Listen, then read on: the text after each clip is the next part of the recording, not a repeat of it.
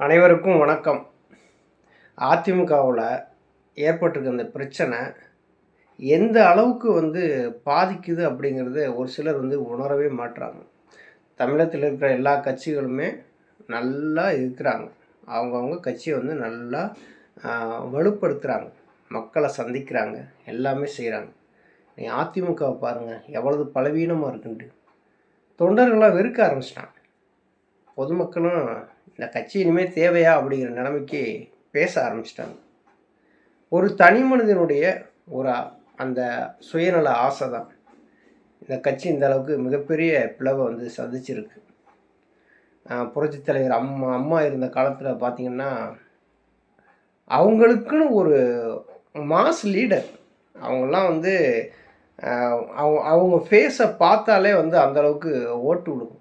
ஒரு இடத்துல நின்று தான் அவங்க வாக்கு சேகரிக்கணும் இல்லை, அவங்களுடைய வாய்ஸ் பட்டி தொட்டி எல்லாமே போச்சு. அம்மாவுக்கு மிக நெருக்கமாகவும் ஒரு நம்பிக்கையாகவும் ஒரு விசுவாசமாகவும் இருந்தவங்க பார்த்திங்கன்னா ஓபிஎஸ். 2 தடவை ஒரு எதிர்பாராத விதமாக அவர் சிறை செல்லக்கூடிய சூழ்நிலை ஏற்பட்டாலும் அதை ஓபிஎஸ் கையில் கொடுத்துட்டு தான் போனார். இவருக்கு ஆட்சியை நல்லபடியாக நடத்துவார் அப்படிங்கிற நம்பிக்கை. அதே மாதிரியே ஆட்சியை நல்லபடியாக நடத்தினார். அம்மா இறப்புக்கு பின்னாடியுமே பார்த்திங்கன்னா ஓபிஎஸ் இருந்தால் தான் மக்கள் ஏற்றுக்கிடுவாங்க அப்படிங்கிற ஒரு சூழ்நிலையே ஏற்பட்டது. அந்த இடத்துல ஓபிஎஸை முதலமைச்சராக கொண்டு வந்தாங்க. அவர் தொடர்ந்து நல்ல ஒரு அவர் இருந்த காலத்தில் அந்த ஒரு 4-5 மாதம் அந்த காலத்தில் பார்த்திங்கன்னா மக்களுக்கான நல்ல சேவைகள் செய்தார். அதை நம்ம மறுக்கவே முடியாது. ஜல்லிக்கட்டு பிரச்சனையாக இருக்கட்டும், சென்னை குடிநீர் தட்டுப்பாட்டை நீக்க இருக்கட்டும், பர்தா புயலில் அவர் செயல்பட்ட விதமாக இருக்கட்டும், எல்லாமே உண்மையிலேயே இப்படி ஒரு அரசியல் தலைமை நம்ம கிடைக்காம போச்சே அப்படின்னு ஏங்கிட்டு இருந்தவங்க மத்தியில் புரட்சித் தலைவி அம்மா அவர் என்னுடைய வாரிசு இவர் தான் அப்படின்னு சொல்லி ஓபிஎஸ் தான் சொல்லி அடையாளம் காட்டி விட்டுட்டு போயிட்டாங்க. அதற்கடுத்து ஒரு சிலருடைய சுயநல அரசியல் லாபம், தான் அந்த முதலமைச்சர் பதவிக்கு வர வேண்டும் ஒரு எண்ணம். அவர்களுக்கு அந்த எண்ணம் இருந்ததோ இல்லையோ அது நமக்கு தெரியாது. ஆனால் பக்கத்தில் இருக்கிற ஆட்கள் எல்லாருமே தூபம் போட்டு அவங்கள உசுப்பேற்றி விட்டுட்டாங்க. நீங்கள் கட்சிக்கும் ஆட்சிக்கும் ஒரே தலைமையாக நீங்கள் வந்துருங்க அப்படின்ட்டு. அவங்க சொன்னவங்க எல்லாருமே பார்த்திங்கன்னா இன்றைக்கி யார் முதலமைச்சராக வரணும்னு சொல்லி ஆசைப்பட்டாங்களோ அவங்களையே கட்சியை விட்டு தூக்கிட்டாங்க. சசிகலா தான் கட்சிக்கும் ஆட்சிக்கும் வரணும் அப்படின்னு சொல்லி, சசிகலா தான் ஒற்றைத்தலைமைக்கு வரணும், இந்த கட்சியும் ஆட்சியும் ஒருத்த கையில்கிட்ட இருக்குன்னு சொல்லிட்டு சசிகலா அவர்கள்ட்ட தூவம் போட ஆரம்பிச்சிட்டாங்க. அவங்களும் பெண் தானே, அவங்களுக்கும் ஒரு ஆசை இருக்கும் இல்லையா. ஒரு நெடுங்காலமாக புரட்சி தலைவி அம்மா அவர் கூட பயணிக்கிறாங்க. அதனால் நம்மளை எல்லோரும் தேடி வரும்போது நமக்கு இந்த மாதிரியான ஒரு ஆசை எல்லாருக்குமே இருக்கும், இல்லைன்னு சொல்ல முடியாது. இதை தொண்டர்கள் எதிர்பார்க்கலை. சசிகலா அவர்கள்ட்ட ஒரு கட்சியும் ஆட்சியும் ஒரே இடத்துல இருக்கணும்னு சொல்கிறத தொண்டர்கள் எதிர்பார்க்கலை. அந்த ஆர்கேனர் இடைத்தேர்தல் வர இருக்குது. அந்த இடைத்தேர்தலில் நின்று வெற்றி பெற்று சட்டசபைக்கு உள்ளே நுழைஞ்சிருக்கலாம். அதற்கடுத்து எல்லாருமே பொதுச் செயலாளர் அப்படின்னு சொல்லி தேர்ந்தெடுத்தும் வச்சுட்டாங்க. ஒவ்வொரு மாவட்டம் தோறும் போய் நிர்வாகிகளை சந்திச்சிருக்கலாம், பொதுமக்கள் சந்திச்சிருக்கலாம், அவங்கள்ட்டெல்லாம் அவங்க கலந்துரையாடி இருக்கலாம். ஒரு மக்கள் மீது இருந்த வெறுப்பை அவங்க தணிச்சிருக்கலாம். எதனால் இந்த வெறுப்பு வந்தது அப்படின்னா, ஒவ்வொரு தடவையும் அந்த கோர்ட்டு படி ஏறும்போதும் சசிகலானால தான் இது வந்தது அப்படிங்கிறத எல்லாருமே பேச ஆரம்பிச்சிட்டாங்க. இதை யாரும் மறுக்கவே முடியாது. அப்போ சசிகலா அவர்கள் என்ன நினச்சிருக்கணும் அப்படின்னா, எல்லா தொண்டர்களும் சந்தித்து, பொதுமக்களை சந்தித்து, ஆர்கேனர் இடைத்தேர்தலை செய்து, நீங்கள் அதற்கு அப்புறம் இந்த முதலமைச்சர் பதவியும் பொதுச்சார் பதவியும் ஒரே ஆட்கள்கிட்ட இருந்தால் நல்லா இருக்குன்னு ஒரு முடிவுக்கு வந்திருந்தாங்கன்னா மக்கள் நாளடைவில் மறந்துடுவாங்க. இவங்களும் கட்சிக்கு பொதுச்சாராக இருந்திருக்கலாம், இந்த கட்சி நல்லா இருந்திருக்கும். ஆனால் அந்த ஒரு சில சுயநலவாதிகள்னு அப்படி சொல்கிறோம் இல்லையா. சேலத்தில் புறநகர் மாவட்ட செயலாளர் இருந்தவர் தான் எடப்பாடி பழனிசாமி. அவர் என்ன பண்ணிட்டார், சேலத்தில் போய் ஒரு தீர்மானத்தை நிறைவேற்றுறார். இந்த கட்சிக்கும் ஆட்சிக்கும் சசிகலா அவர்கள் தான் பொறுப்புக்கு வரணும்னு சொல்லிட்டு. ஒரு பக்கம் பார்த்தீங்கன்னா, ஆர்வி உதயகுமார் வந்து அதே மாரி தீர்மானம் நிறைவேற்றார். ஒவ்வொருத்தரும் தனித்தனியாக விஜயபாஸ்கர் எல்லாருமே தனித்தனியா பிரஸ் மீட் குடுக்க ஆரம்பிச்சுட்டாங்க. ஆனா, அன்னைக்கு முதலமைச்சரா இருக்கிறவர் யாருன்னு சொல்லி பார்த்தீங்கன்னா, ஐயா ஓபிஎஸ். ஒரு இடத்துல முக்கிய பொறுப்புல ஒரு மனிதர உட்கார வச்சுட்டு, சுத்தி இருக்கிறவங்க எல்லாருமே இந்த மாரியான ஒரு கருத்துக்கள வைக்கும்போது, மிகப்பெரிய அவமானங்கள தான் சந்திச்சாரு ஐயா ஓபிஎஸ். இத யாரும் மறுக்கவே முடியாது. அப்படி இருந்துமே, அம்மா உயிர கொடுத்து இந்த ஆட்சிய அமைச்சுட்டு போயிருக்காங்க. அதுல எந்த பங்கமும் வரக்கூடாது அப்படிங்கிறதுல தெளிவா இருந்தாங்க. சசிகலா அவர்கள் வந்து முதலமைச்சர் பதவியை ராஜினாமா பண்ணுங்கன்னு சொல்லும்போதுமே, ராஜினாமா பண்ணிட்டு தான் வந்தாங்க. ராஜினாமா பண்ணாமலாம் வரவே கிடையாது. ராஜினாமா பண்ணிட்டு வந்தா தர்ம யுத்தம் வந்து நடத்துறாங்க. இந்த தர்ம யுத்தம் எதுக்காக நடத்துனாங்க அப்படின்னா, ஏற்கனவே இத நான் சொல்லியிருக்கேன். தொண்டர்கள் மத்தியில மிகப்பெரிய அதிருப்திய சசிகலா அவர்கள் சம்பாதிச்சு வச்சிருக்கிறாங்க. இவுங்க வந்து முதலமைச்சராக வந்துட்டா தொண்டர்கள் பிரிஞ்சு வேற எங்கும் போயிறக்கூடாது அப்படிங்கிறதுக்காக, தொண்டர்களுடைய நலன் கருதி, தொண்டர்கள வந்து ஒருங்கிணைக்க தான் இந்த தர்ம யுத்தமே வந்து தொடங்குனாங்க. அரசியல் ரீதியா யாரையும் பழிவாங்கணும்னு நினைச்சிருந்தா, அன்னைக்கு ஐயா ஓபிஎஸ் அவர்கள் இருக்கும்போது, கிட்டத்தட்ட ஒரு 20, 30 எம்எல்ஏக்களாவது கூட வந்திருப்பாங்க.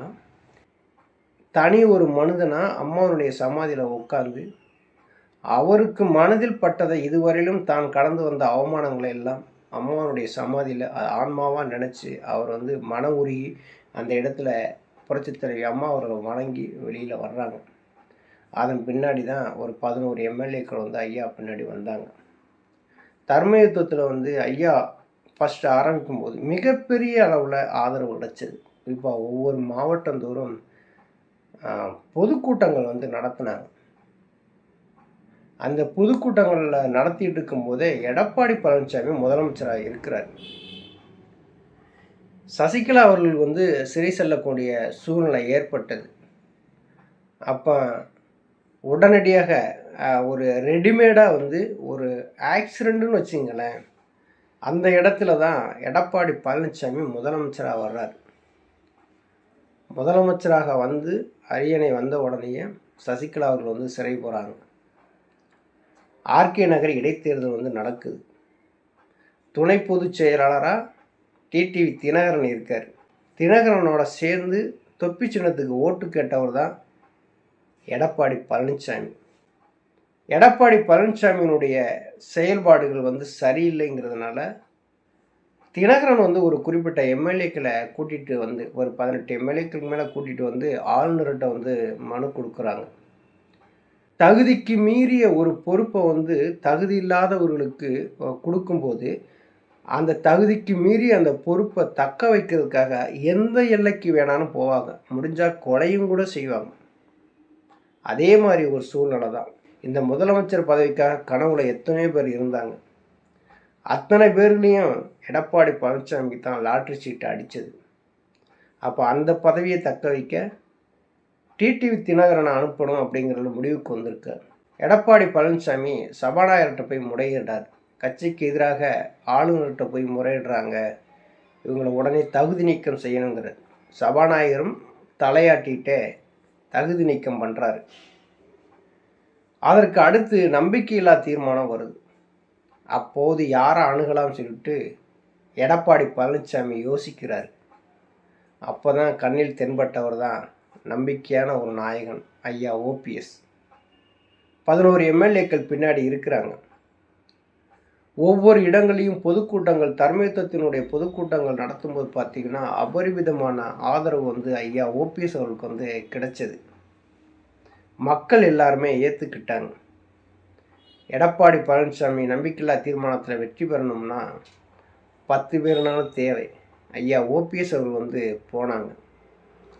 எந்த விதமான நிபந்தனையும் இல்லாமல் எடப்பாடி பழனிசாமியோட போய் கைகோர்த்தாங்க. ஐயா ஓபிஎஸ் அவர்களே பலமுறை சொல்லியிருப்பாங்க, நான் எதையும் எதிர்பார்த்து போகவில்லை, அவர்கள் தந்தார்கள், துணை முதலமைச்சர் பதவி வாங்கி கொண்டேன் அப்படின்னு. மக்களுடைய நம்பிக்கையை பெற்று அம்மா அவர்கள் வந்து 2வது முறை இந்த ஆட்சியை அமைச்சு கொடுத்துட்டு போயிருக்கிறாங்க. அதுக்கு எந்த தீங்கும் ஏற்பட்டு விடக்கூடாது. எல்லோருமே இரட்டை இலை சின்னத்திலிருந்து போட்டி போட்டவங்க தான். நாம் இந்த இடத்துல வந்து ஆட்சி கவிழக்கூடிய சூழ்நிலையை ஏற்படுத்தக்கூடாது, நம்மால் இந்த ஆட்சி கவிழ்ந்ததாக இருக்கக்கூடாதுன்னு சொல்லி அன்னைக்கு எடப்பாடி பழனிசாமியினுடைய ஆட்சியை காப்பாற்றினவர் ஐயா ஓபிஎஸ். 22 தொகுதியில் இடைத்தேர்தல் வருது. தினகரனோட போய் சேர்ந்தவங்க தகுதி நீக்கம் பண்ணுறாங்க, இடைத்தேர்தல் வருது. 9 தொகுதியில் மட்டும்தான் வெற்றி பெற்று அந்த மெஜாரிட்டியை மட்டுமே தக்க வச்சுக்கிட்டார் எடப்பாடி பழனிசாமி. அவர் தலைமையில் சந்தித்த முதல் இடைத்தேர்தலில் அவரால் முழுசாக வெற்றி பெற முடியல. ஒரு ஆளுங்கட்சியாக இருந்தே வெற்றி பெற முடியலை. பின்னர் 4.5 ஆண்டு காலம் ஆட்சி நடத்த ஐயா ஓபிஎஸ் அவர்கள் வந்து மிகப்பெரிய அளவில் எத்தனை அவமானங்கள் வந்தாலும் அதை பூராமே சந்திச்சுக்கிட்டு சகித்து கொண்டு அந்த 4.5 ஆண்டு காலம் ஆட்சி நடத்த அம்மாவருடைய ஆட்சியை வந்து கவிக்காமல் நல்லபடியாக பார்த்து கொண்டார். ஐயா ஓபிஎஸ் அவர்கள் வந்து 4.5 ஆண்டு காலம் ஆட்சி நடத்துறதுக்கு எவ்வளவோ அவமானங்களை வந்து சந்திச்சிருக்கிறார். எடப்பாடி பழனிசாமியால் ஐயா ஓபிஎஸ் அவர்கள் சந்திக்காத அவமானங்களே கிடையாதுன்னு தான் சொல்லலாம். அப்படிப்பட்ட அவமானங்களை சந்திச்சிருக்கிறார். எல்லா முடிவுகளையுமே முதலமைச்சராக இருக்கிற எடப்பாடி பழனிசாமியே எடுத்திருக்கிறார். ஐயா ஓபிஎஸ் அவர்களிடம் எந்த விதமான கலந்துரையாடலும் கேட்குறதே இல்லை அப்படிங்கிறத பின் ஒரு நாட்களில் தான் இருக்கிற தொண்டர்களுக்கே தெரிய வந்தது. சசிகலா அவர்கள் சிறை சென்றதும் டிடிவி தினகரன் அவர்கள் வந்து கட்சியை விட்டு வெளியேற்றினதும் எடப்பாடி பழனிசாமிக்கு ரொம்ப சாதகமாக மாறிடுச்சு. ஒருங்கிணைப்பாளர் பதவியும் இணை ஒருங்கிணைப்பாளர் பதவியும் உருவாக்கி கட்சி தலைமைக்கு ஐயா ஓபிஎஸ் அவர்கள் வந்தாங்க. முதலமைச்சராகவும் இணை ஒருங்கிணைப்பாகவும் எடப்பாடி பழனிசாமி இருந்தார். ஐயா ஓபிஎஸ் அவர்கள் வந்து கட்சி நலன் கருதி சொல்லக்கூடிய எந்த விஷயத்தையுமே எடப்பாடி பழனிசாமி கேட்கவே கிடையாது. அவருக்கு ஒரு எண்ணம் ஏற்பட்டது, எப்படியாவது கட்சிக்கு நம்ம வந்து பொதுச் செயலாளராக வந்துடணும். முதலமைச்சராக இருந்துக்கும் போதே அந்த யோசனையில் தான் இருந்திருக்கிறாரு எடப்பாடி. நாங்கள் வந்து இரட்டைக்குழல் துப்பாக்கி மாதிரி செயல்பட்டு வருகிறோம், ஒற்றத்தலைமைங்கிறது கற்பனை என்கிறார். அந்த கற்பனைக்கெல்லாம் நாங்கள் பதில் சொல்ல முடியாதுன்னு செய்தியாளர் சந்திப்பில் சொல்கிறார். அப்படிப்பட்ட எடப்பாடி பழனிசாமி ராஜ துரோகத்தால் ஐயாவின் முதுகில் குத்துறார். எடப்பாடி பழனிசாமி ஒற்றத்தலைமைக்கு வரணுங்கிறதுக்காக செயற்குழு பொதுக்குழு உறுப்பினர்களை காசு கொடுத்து வாங்குறார். அங்கே காசு தான் பிரதானமாக பேசிச்சே தவிர புரட்சித் தலைவர் எம்ஜிஆர் தொண்டர்களுக்காக கொடுத்து கொண்ட அந்த விதியை எல்லாருமே மறந்துட்டாங்க. பொதுக்குழு செயற்குழு கூடுது மாநகரத்தில். ஐயா ஓபிஎஸ் அவர்கள் வந்து போகிறாங்க. பல இடங்களில் இன்னல்கள் ஏற்படுது. எதையுமே பொருட்படுத்தாமல் இது அதிமுகவுடைய பொதுக்குழு, இதில் நம்ம போய் கலந்துக்கணுங்கிற எண்ணத்தில் தான் ஐயா ஓபிஎஸ் அவர்கள் வந்து போனாங்க.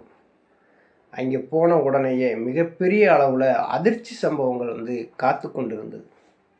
உள்ளே நுழையும் பொழுது புரட்சித் தலைவி அம்மா அவர்களின் வாரிசாக இருந்து ஐயா ஓபிஎஸ் அவர்களால் அறிவிக்கப்பட்ட எல்லா மாவட்ட செயலாளர்களும், அவர்களால் அறிவிக்கப்பட்ட பொதுக்குழு செயற்குழு உறுப்பினர்களும் ஐயா ஓபிஎஸ்ஸை பார்த்து ஏளனமாக பேச ஆரம்பித்தாங்க. வெளியே போய் என்று கை நீட்டி எல்லாருமே பேச ஆரம்பிச்சிட்டாங்க. எல்லா தொலைக்காட்சியிலும் அன்னைக்கு ஒரு துக்க நாளாகவே வந்து ஒளிபரப்பிட்டு இருந்தாங்க. ஒரு கட்சியினுடைய ஆளுமை ஒருங்கிணைப்பாளர் இன்னைக்கு ஒரு கட்சிக்கு உள்ள பொதுக்குழு கூட்டத்துக்குள்ளே வருகிறாரு. அவருக்கான ஒரு அவமரியாதையை பார்த்து பொதுமக்கள் எல்லாருமே வந்து கண்ணீர் வடிக்க ஆரம்பிச்சிட்டாங்க. அம்மா இருந்திருந்தால் இப்படி இவருக்கு ஒரு நிலைமை ஏற்பட்டிருக்குமா என்று ரொம்ப வேதனையில் இருந்தாங்க பொதுமக்களும் தொண்டர்களும். ஆனால் எடப்பாடி பழனிசாமி இதையெல்லாம் பார்த்து சிரித்து கொண்டே இருந்தார். நமக்கு தேவை பொதுச் செயலாளர், அதற்காக நம்ம காசுங்கிற விதையை விதைச்சிருக்கோம். அதுக்கு அந்த எலும்பு துண்டுகளுக்கு இந்த குண்டர்களும் இந்த ரவுடிகளும் கோஷம் போடுறாங்க, அதை நம்ம பார்த்து ரசிப்போம் என்கிறார்.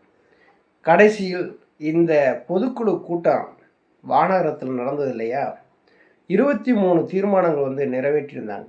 அந்த 23 தீர்மானங்களையுமே சி.வி. சண்முகம் தன்னுடைய இடது கையால் நிராகரிக்கிறேன் நிராகரிக்கிறேன் நிராகரிக்கிறேன்னு சொல்லிட்டு போயிடுறாரு.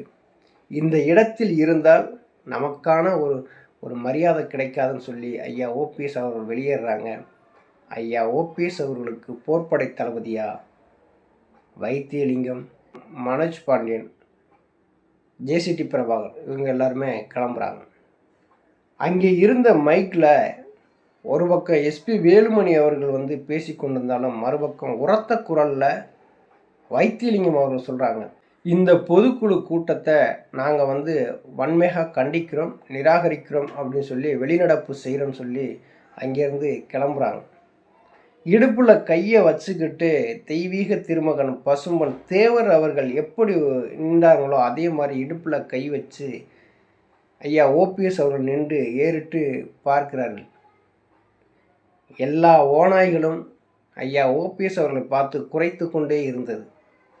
விட்டால் கடித்து திண்டு விடுவார்கள். அந்த சூழ்நிலையில் தான் அந்த ஓநாய்கள் பூராமே இருந்தது. அந்த ஓநாய்களை குறைக்க விட்டது யாருன்னு சொல்லி பார்த்தா எடப்பாடி பழனிசாமி.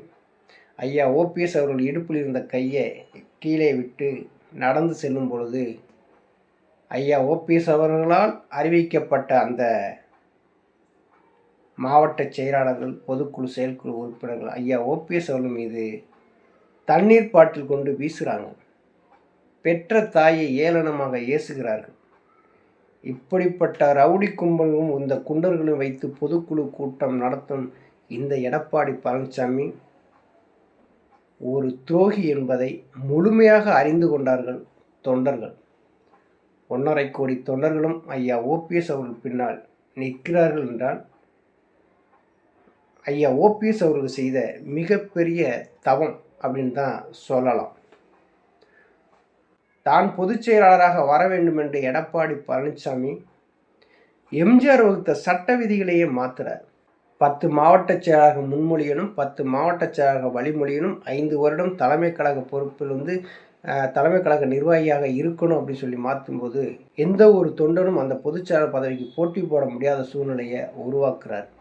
அதையும் அதிமுகவில் நானும் அடிப்படை உறுப்பினர் சொல்லி கொண்டிருந்த எல்லா ரவுடிகளும் தொண்டர்களும் ஓநாய்களும் வேடிக்கை பார்த்து கொண்டு தான் இருந்தது. அம்மாவின் அரசியல் வாரிசு ஐயா ஓபிஎஸ் அவர்களை வானர பொதுக்குழு கூட்டத்திலிருந்து தள்ளிவிட்டு அங்கே உள்ளேயே ஒரு மர்மமான முறையில் ஒரு இடைக்கால பொதுச் செயலாளராக தேர்ந்தெடுத்தாங்க. நாளடைவில் அவர் தன்னை பொதுச் செயலாளராக மாற்றிக்கொண்டார்.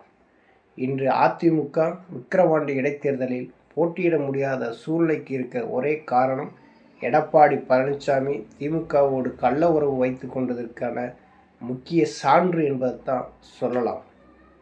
எடப்பாடி பழனிசாமியை முன்னிறுத்தின எல்லா தேர்தல்களிலுமே மிகப்பெரிய தோல்வியை தான் சந்தித்தார். வளர்ச்சி என்பது இல்லை, அதிமுக மிகப்பெரிய வீழ்ச்சியை தான் கொண்டு வந்திருக்கு. ஐயா ஓபிஎஸ் அவர்கள் நம்பியிருக்கிற தொண்டர்கள் சொல்வது என்ன அப்படின்னா, அதிமுகவுடைய தொண்டர்கள் முழுமையாக யாரை நம்புகிறாங்க அப்படின்னா ஐயா ஓபிஎஸ் அவர்களை தான்.